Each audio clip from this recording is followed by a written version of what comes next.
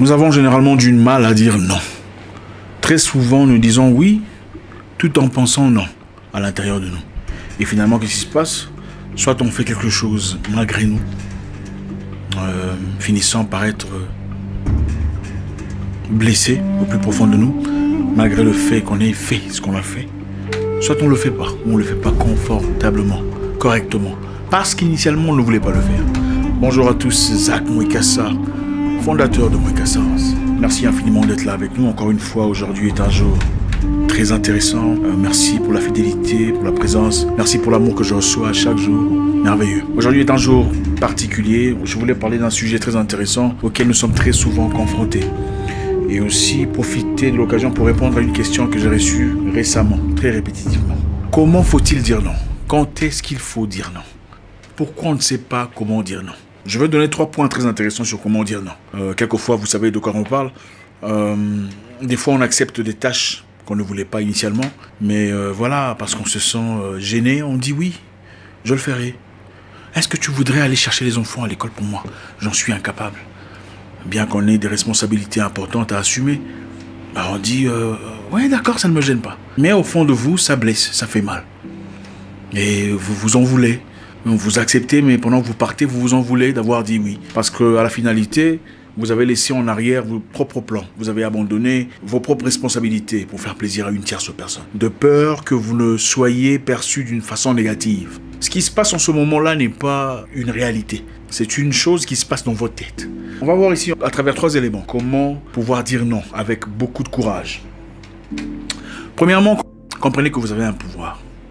Reprenez votre pouvoir. La première chose à faire, c'est reprendre son pouvoir. Reprenez votre pouvoir. Vous avez le droit de dire non. C'est votre droit le plus élémentaire.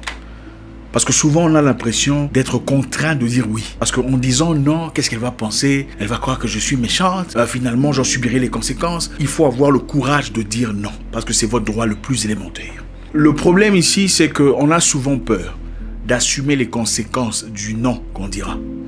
Ce n'est pas qu'on ne sait pas qu'on est capable de dire non. Nous sommes assez outillés pour comprendre qu'on peut dire non.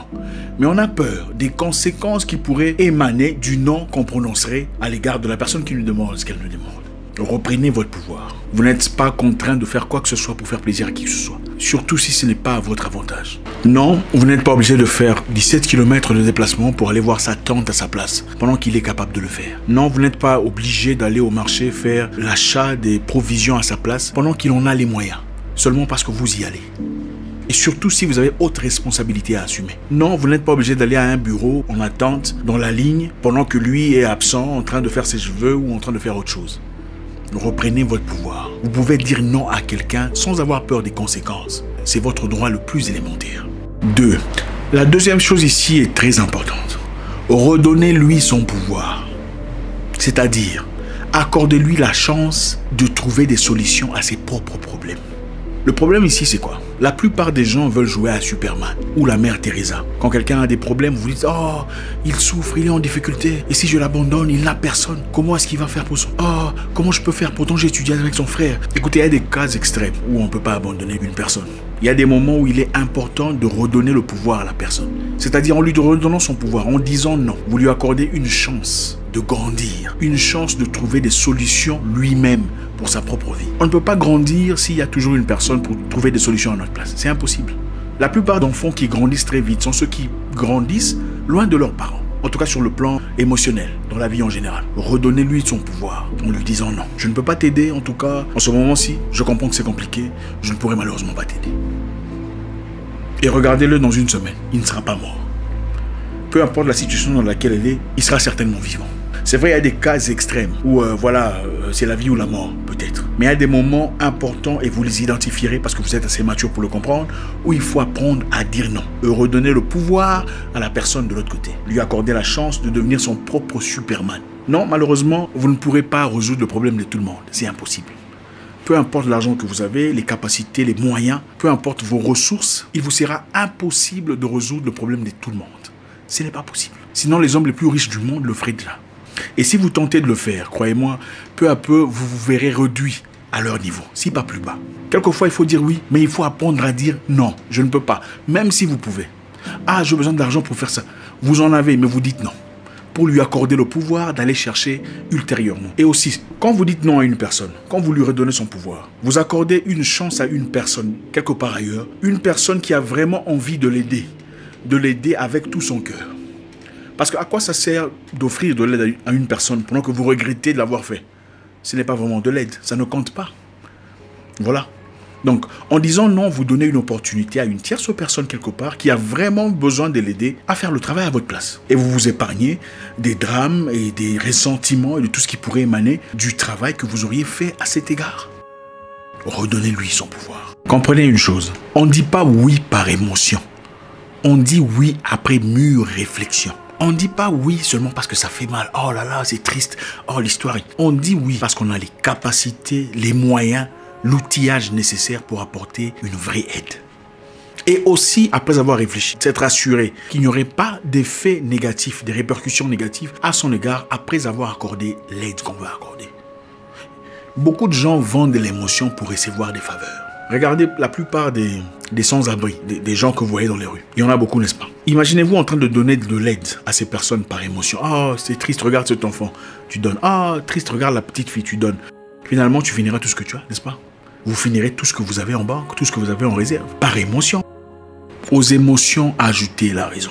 Faites du bien aux gens, apportez de l'aide quand c'est nécessaire. Mais il y a des moments où il faut réfléchir et se dire, en ce moment-ci, j'en suis capable, mais je ne le ferai pas. Parce que ceci n'est pas ce que moi j'ai planifié. Ou parce que ça ne va pas en accord avec ma propre direction. Tout ce que vous faites dans la vie doit aller en accord avec votre direction. Si ce qui se présente devant vous, soudainement vous détourne de votre direction, il ne faut pas accepter. Malheureusement, chez nous en Afrique, nous sommes souvent très émotifs. Ah là là, ce n'est pas possible. Je ne peux pas dire non. Qu'est-ce que ça fait? Qu'est-ce que ça fait? Ça fait que ça change ta journée. Ça change ton plan, ça change ton temps. Le temps, c'est de l'argent. Ça change ta vision. Ça change les résultats de ta journée. Redonnez le pouvoir à votre interlocuteur. Et pour finir, je voulais qu'on apprenne à dire non aux gens qui paraissent forts, aux gens apparemment puissants. Ça pourrait être un supérieur au travail, ça pourrait être un aîné, ça pourrait être une personne influente dans notre vie qui nous demande de faire quelque chose qu'on n'a clairement pas envie de faire, mais très souvent se sent contraint de le faire parce que c'est le grand frère qui a demandé. Et par la même occasion, enterrons nos propres projets, nos propres ambitions ou nos propres objectifs de la journée. Il faut apprendre à dire non.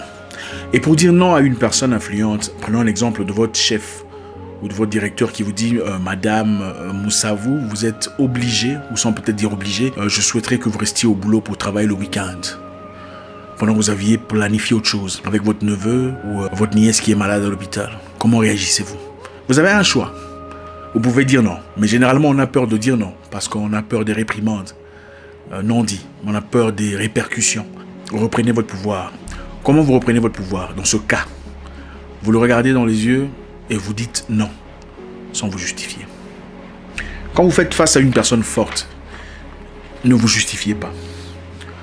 Ne dites surtout pas pourquoi vous dites non. Parce que généralement, on a tendance à dire « Ah non, je ne peux pas parce que j'ai déjà planifié aller voir mes parents.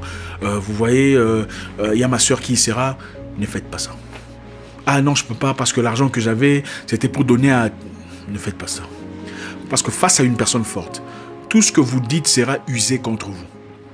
Tout ce que vous sortez sera les objets pour lesquels il se servira pour vous contredire, pour faire une objection évidente. Ne lui accordez pas ces éléments. La deuxième chose que vous faites, vous le regardez droit dans les yeux, avec les yeux de poisson mort, comme on dit. Et vous dites non. Quand vous dites non, n'élevez pas votre menton comme ça, ce serait signe de défiance, ce ne serait pas intéressant. Ne riez pas ou ne souriez pas en disant non. Regardez-le avec les yeux de poisson mort, c'est-à-dire comme ça, et dites non, je ne peux malheureusement pas. Et vous vous arrêtez là, sans vous justifier. Voilà comment on s'y oppose. Les gens forts, généralement, veulent une réaction, veulent une explication pour faire une objection. Mais quand vous n'accordez pas ces éléments, ils sont déstabilisés. Dites non avec des yeux d'un poisson mort. Mais pour finir, vous donnez une alternative. C'est-à-dire, un moyen alternatif vous dit, aujourd'hui je ne peux pas. Mais lundi je pourrai, à 15h. Sans vous expliquer. Aujourd'hui je ne peux pas. Mais lundi je pourrai à 15h. Il n'y aura pas moyen de faire d'objection à cet égard. Merci infiniment les amis. C'est toujours un réel plaisir. Reprenez votre pouvoir, comme on l'a dit au départ. Vous avez le droit de dire oui ou non. Ne faites pas des choses pour faire plaisir aux gens. C'est aussi ça la maturité. Vous apprenez à vous faire respecter, sans manquer de respect à l'interlocuteur. Apprenez aussi à redonner le pouvoir à votre interlocuteur en lui disant non, gentiment, pour l'accorder la chance de grandir, la chance d'explorer ses propres options, la chance de devenir quelqu'un de nouveau. Apprenez à résister aux personnes fortes quand subtilement ils vous imposent des options. Vous leur dites non sans vous expliquer, avec des yeux de poisson mort. Je vous souhaite une excellente journée. J'espère vous parler encore très bientôt dans une nouvelle vidéo. Si les vidéos de stratégie vous intéressent, faites-nous savoir, on en fera encore de plus. Il y a des tas. À très bientôt. Au revoir.